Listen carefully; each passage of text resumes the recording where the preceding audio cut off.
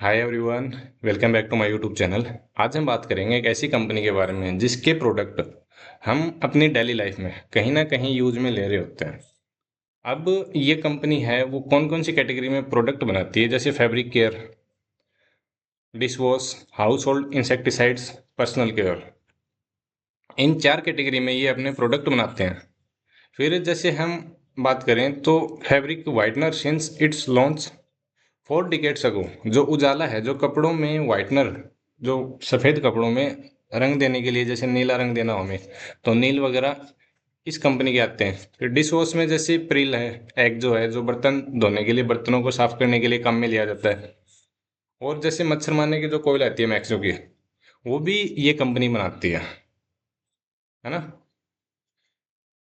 तो यहाँ पे हम देख सकते हैं कि इनके ब्रांड कौन कौन से हैं जो पावरफुल ब्रांड है: उजाला, एक्सो, मैक्सो, हैंको, मार्गो एंड प्रिल। अब चलिए हम बात करते हैं वो कंपनी है कौन से है। वो उस कंपनी का नाम है ज्योति लैब्स। एक चीज हमें हमेशा ध्यान में रखना है कि अगर हमें स्टॉक मार्केट में पैसा बनाना है तो हमें कहीं ना कहीं उन कंपनियों के बारे में देखना चाहिए जिनके प्रोडक्ट्स हैं वो हम डेली लाइफ में कहीं ना कहीं यूज में ले लेते हैं, ना कि फैंसी कंपनियों के बारे में।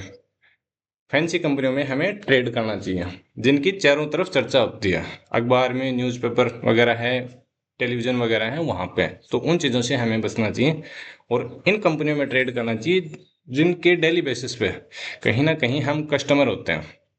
मान लो कौन सी ब्रांड के हम जूते पहनते हैं, कौन सी ब्रांड के हम कपड़े पहनते हैं, है ना। इन चीज़ों को देख के अगर हम मार्केट में ट्रेड करते हैं और राइट टाइम पर एंट्री लेते हैं, जब वैल्यूएशन हद से ज़्यादा सस्ती हो या फेयर वैल्यू पर ट्रेड कर रही हो कंपनियां, तो उस टाइम पर अगर हम ट्रेड करेंगे तो वहाँ पे हमारी प्रोबेबिलिटी बढ़ जाती है। ओके। तो हम स्कैनर डॉट इन पर ज्योति लैब्स को सर्च करते हैं तो जब देखते हैं फाइनेंशियल्स में कंपनी की मार्केट कैप कितनी है, 9,854 करोड़, स्टॉक भी 28.5, आर ओ सी बहुत ही बेहतरीन है, 37.1%, और debt to equity only 4%, return on equity 29%, promoter holding 2.9%, और डिविडेंड 1.32% ये डिविडेंड भी देते हैं, और प्लेज परसेंट है यहाँ पे 0। तो नंबर्स यहाँ पे बहुत ही बेहतरीन है। अब हम बात करते हैं प्राइस टू अर्निंग रेशियो के हिसाब से कंपनी की वैल्यूएशन कहाँ पे है अभी। अगर 5 साल के टाइम फ्रेम पे देखें तो मीडियन पी से काफ़ी नीचे चल रहा है करंट का जो पी है, और 3 साल के टाइम फ्रेम पे बात करें हम तो वहाँ पे भी मीडियन पी से काफ़ी नीचे है, और 1 साल के टाइम फ्रेम पे भी बात करें तो मीडियन पी से अच्छा खासा नीचे है। अगर पी के हिसाब से हम देखें तो वैल्यूएशन अभी फेयर वैल्यूएशन पे कंपनी ट्रेड कर रही है ना। अब हम चलते हैं कंपनी के क्वार्टरली रिजल्ट में। एक चीज़ तो हमें ये ध्यान में रखनी है कि मार्च क्वार्टर 2026 का है, वो रिजल्ट आने वाला है आज, यानी 4 मई को। तो उस रिजल्ट पे हमें नज़र बना के रखनी है। फिर यहाँ पे हम देखें तो सेल्स है वो इनकी लगातार एक कंसिस्टेंट वे में बनी रहती है, और उसी चीज़ का परिणाम है कि यहाँ पे नेट प्रॉफिट और ऑपरेटिंग प्रॉफिट वगैरह सब एक कंसिस्टेंट वे में बने रहते हैं। जो चीज़ हम हमेशा डिस्कस करते हैं कि एफएमसीजी ग्रुप की जो कंपनियां, उनको डिस्कस करते समय कि इनकी वो प्रोडक्ट नहीं है कि इनमें हद से ज़्यादा उछाल आ जाएगी, अचानक से 20% की सेल्स ग्रोथ, 30% का नेट प्रॉफिट ग्रोथ, तो ये वैसे वाली कंपनियां नहीं है। तो इस चीज़ का हमें हमेशा ध्यान में रखना है। अगर प्रॉफिट लॉस स्टेटमेंट में जाके देखें तो सेल्स 2014 में 1260 करोड़ की थी, वो बढ़ कितनी हो गई है लास्ट 12 महीने में 2893 करोड़ की। और अगर नेट प्रॉफिट की बात करें तो 106 करोड़ से बढ़ के कितना हो गया। अगर मार्च 2025 में बात करें तो हाईएस्ट था 371 करोड़ का, 371। और लास्ट के 12 महीने टीटीएम यानी ट्रेलिंग 12 मंथ 343 करोड़ का, तो ऑलमोस्ट हाईएस्ट एवर है। और ईपीएस भी अगर हम मार्च 2025 का देखें तो बहुत ही बेहतरीन है, और लास्ट 12 महीने का बात करें तो 9.34, ये भी बहुत ही सुपर्ब है। फिर एक चीज हमें देखनी है, जैसे कंपाउंडेड प्रॉफिट ग्रोथ है, ये देखते समय हमें एक चीज हमेशा ध्यान में रखनी है कि जब भी हम कंपाउंडेड प्रॉफिट ग्रोथ देखें तो वो 3 साल और 5 साल का हमें ज्यादा देखना है, खास करके हमें 3 साल का देखना है। तो यहाँ पे 39% है, बहुत ही बेहतरीन है। अब यहाँ पे एक पॉइंट ये हो सकता है कि स्टॉक प्राइस सीएजीआर लास्ट का 1 साल का देखें तो -28% है। तो हम जैसा कि हम हर वीडियो में ये चीज़ डिस्कस करते हैं कि लास्ट 1-1.5 साल से, पिछले 1-1.5 साल से स्टॉक मार्केट ने कोई अच्छा खासा रिटर्न दिया नहीं है। तो वहाँ पे अच्छी सी कंपनियों की स्टॉक प्राइस अच्छे खासे डाउन है, तो उस चीज़ का रिजल्ट है ये। अब यहाँ पे जैसा कि सेल्स के बारे में मैंने बताया था कि 10 साल में इनकी कितनी है, 7%, 5 साल के देखें 11% और 3 साल में 9% है। रिटर्न ऑन इक्विटी इनका 25% से ऊपर ही रहता है, जो कि बहुत ही बेहतरीन है। अगर रिटर्न ऑन इक्विटी 20%, 25% से ऊपर रहता है तो अच्छा खासा माना जाता है। बैलेंस शीट में जाके देखें तो रिजर्व था, जो शेयर होल्डर्स का जो पैसा था, 862 करोड़ से बढ़ के कितना हो गया, 1401 करोड़ का। मतलब कंपनी ने ग्रो तो किया, जो शेयर होल्डर्स का पैसा उसने ग्रो तो किया अच्छा खासा। फिर एक पॉजिटिव पॉइंट यहाँ पे क्या है, 2014 में जो कंपनी के ऊपर कर्जा था, बोरोइंग्स थी, वो थी 519 करोड़ की, और उसको ये कम करते करते कितने ले आए सितंबर 2025 में, 54 करोड़ की। मतलब कंपनी खुद के पैसे से बिजनेस करने पे ज़्यादा ध्यान दे रही है, ना कि कर्ज के पैसे पे। तो ये चीज़ एक इन्वेस्टर्स को भरोसा दिलाती है। फिक्स्ड एसेट भी कंपनी का अच्छा खासा है और CWI पे भी हाईएस्ट है हो रहा है। जैसे यहाँ पे जो अंडर कंस्ट्रक्शन है, यहाँ पे प्रोडक्शन स्टार्ट होगा, फिर इस चीज़ का सीधा सीधा असर देखने को मिलेगा हमें सेल्स में और नेट प्रॉफिट में। एक बार हम अदर एसेट्स में जाके कंपनी के पास कैश देख लेते हैं कितना है।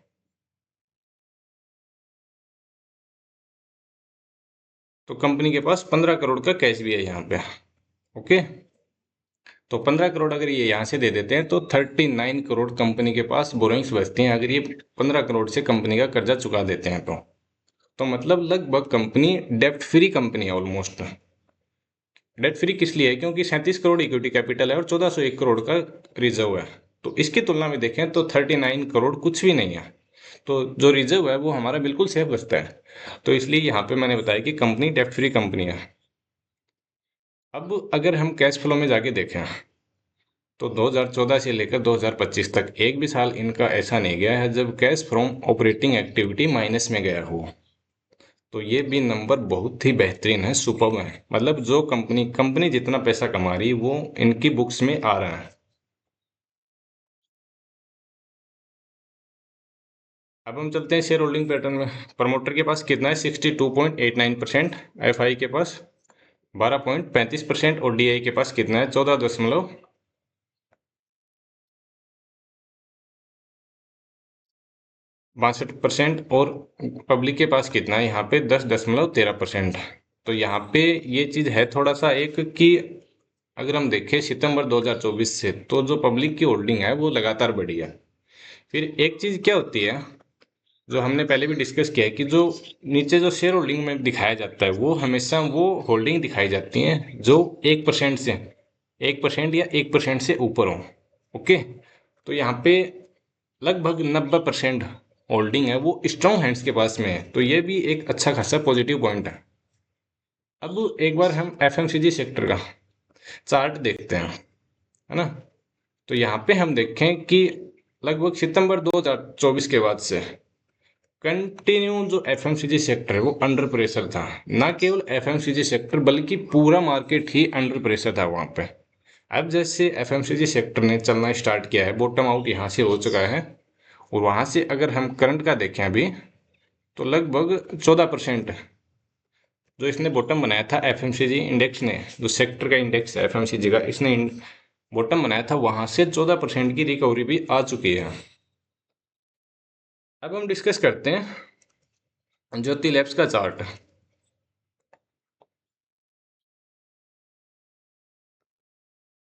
अब यहाँ पे हम चार्ट देखें तो जो इसने हाई बनाया था वो कब बनाया था, वो बनाया था लगभग सितंबर के आसपास, जिस टाइम निफ्टी ने ऑल टाइम हाई बनाया था। तो ऑलमोस्ट सभी सेक्टर ने उस टाइम अपना हाई बनाया था। फिर एक चीज हम देखते हैं यहाँ पे, थोड़ा सा चार्ट को मैं जूम कर लेता हूँ। ये 200 के लेवल तक आया था, उसके बाद थोड़ा सा ही नीचे भी गया था। कहाँ तक गया था ये देख लेते हैं एक बार, 196 तक। अब एक लॉजिक होता है हमेशा मार्केट में, ये चीज़ काम करती है। अगर आप इस चीज़ को बैक टेस्ट करोगे, स्टॉक्स में देखोगे, तो वहाँ पे ये चीज़ देखने में नजर आएगी। जैसे जो भी राउंडिंग नंबर होते हैं, जैसे 200 है, 100 है, 300, 400, जो भी राउंड फिगर होते हैं ये एक साइकोलॉजिकल सपोर्ट या साइकोलॉजिकल रेसिस्टेंस का काम करते हैं, है ना। अब यहाँ पे देखें हम थोड़ा सा एक बार वीकली चार्ट पे हम देख लेते हैं यहाँ पे। तो जो ये रेंज थी लगभग कितने से 175 से लेकर 220 के आसपास के, यहाँ पे 2017 से 2018 के बीच में अच्छा खासा टाइम स्पेंड किया था, 2019 में भी कुछ टाइम स्पेंड किया था, फिर 2022 से 2023 के बीच में भी कुछ टाइम स्पेंड किया था। तो ये एक रेंज थी यहाँ पे।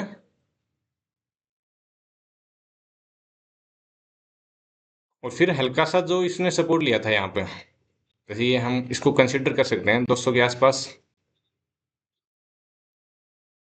क्योंकि यहाँ पे इसने ब्रेकआउट दिया था 2023 में जब नीचे से ऊपर चलना स्टार्ट हुआ था, तो यहाँ पे इसने रिटेस्ट किया था। ये पॉइंट मैं मार्क कर देता हूँ एक बार यहाँ पे हम देख सकते हैं कि इसने रिटेस्ट किया था, है ना। अब अगर हम यहाँ पे गौर से देखें तो यहीं से इसने बाउंस बैक स्टार्ट कर दिया था। वो डेट क्या थी, वो डेट देख लेते हैं हम।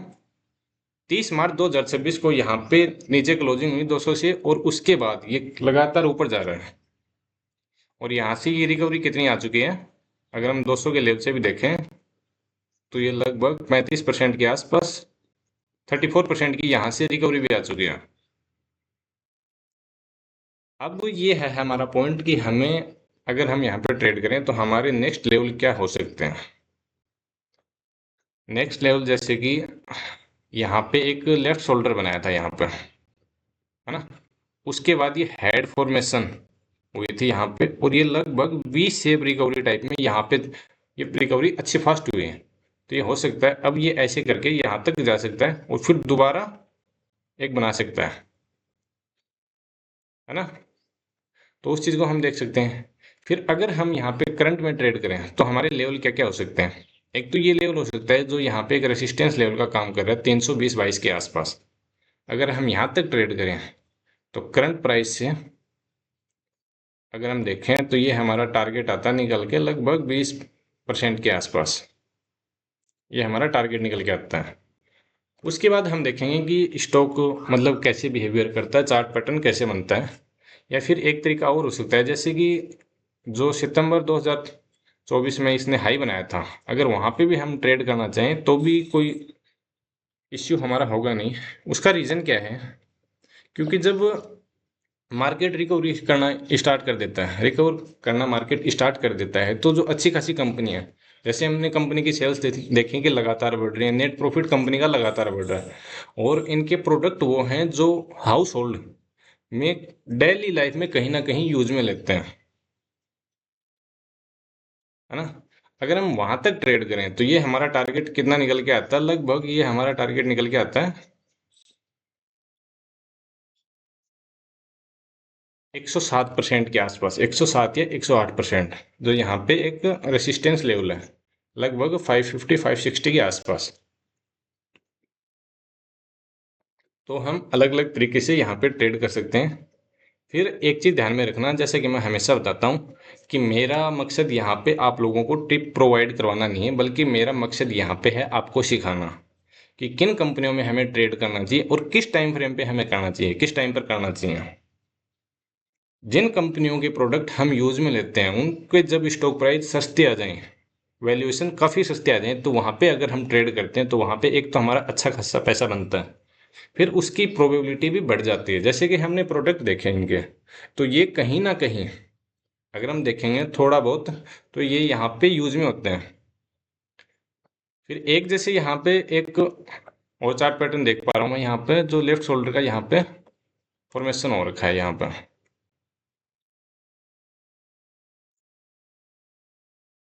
है ना। तो ये सिनारी भी हो सकता है। अगर मान लो ये यहाँ पे बन जाता है तो फिर ये टारगेट क्या निकल के आएंगे, यहाँ से हम लेंगे इसकी डेप्थ और इसको प्लॉट कर देंगे कहाँ पे, नेक लाइन के ऊपर। तो ये हमारे टारगेट निकल के आ जाएंगे। तो ये हमारे टारगेट अच्छे खासे निकल के आते हैं कहाँ तक, 650 के लेवल तक। अगर वहाँ तक हम लेके जाते हैं तो ये हमारा रिटर्न निकल के आता है 142% का। अगर ये रिटर्न मान लो 108% का, एक है 142% का, अगर हमें 3 साल में मिलते हैं तो ये बहुत ही बेहतरीन गेन माने जाएंगे। ना केवल माने जाएंगे बल्कि होते भी हैं। ओके, तो आज की वीडियो में बस इतना ही। अगर वीडियो अच्छी लगी हो तो वीडियो को लाइक करें, और अगर अभी तक चैनल को सब्सक्राइब नहीं किया तो प्लीज़ चैनल को सब्सक्राइब करें, ताकि तथा अधिक से अधिक लोगों के साथ शेयर भी करें, ताकि और भी लोग हमारे साथ जुड़ के चीज़ों को सीख सकें, समझ सकें। जब आप लोग वीडियो को ज़्यादा लाइक करते हैं और ज़्यादा सब्सक्राइब करते हैं और अधिक से अधिक लोगों के साथ शेयर करते हैं, जब और लोग हमारे साथ जुड़ते हैं तो वहाँ पे मुझे भी वीडियो बनाने का एक कॉन्फिडेंस मिलता है, एक मोटिवेशन मिलता है। वहाँ पर मुझे ये लगता है कि हाँ, एक्चुअल में आप लोग सीख रहे हैं, मेरा सिखाए हुई चीज़ें आप लोगों के काम में आ रही हैं। ओके, आज के लिए बस इतना ही। फिर मिलते हैं किसी नई वीडियो के साथ, तब तक के लिए जय हिंद, जय भारत।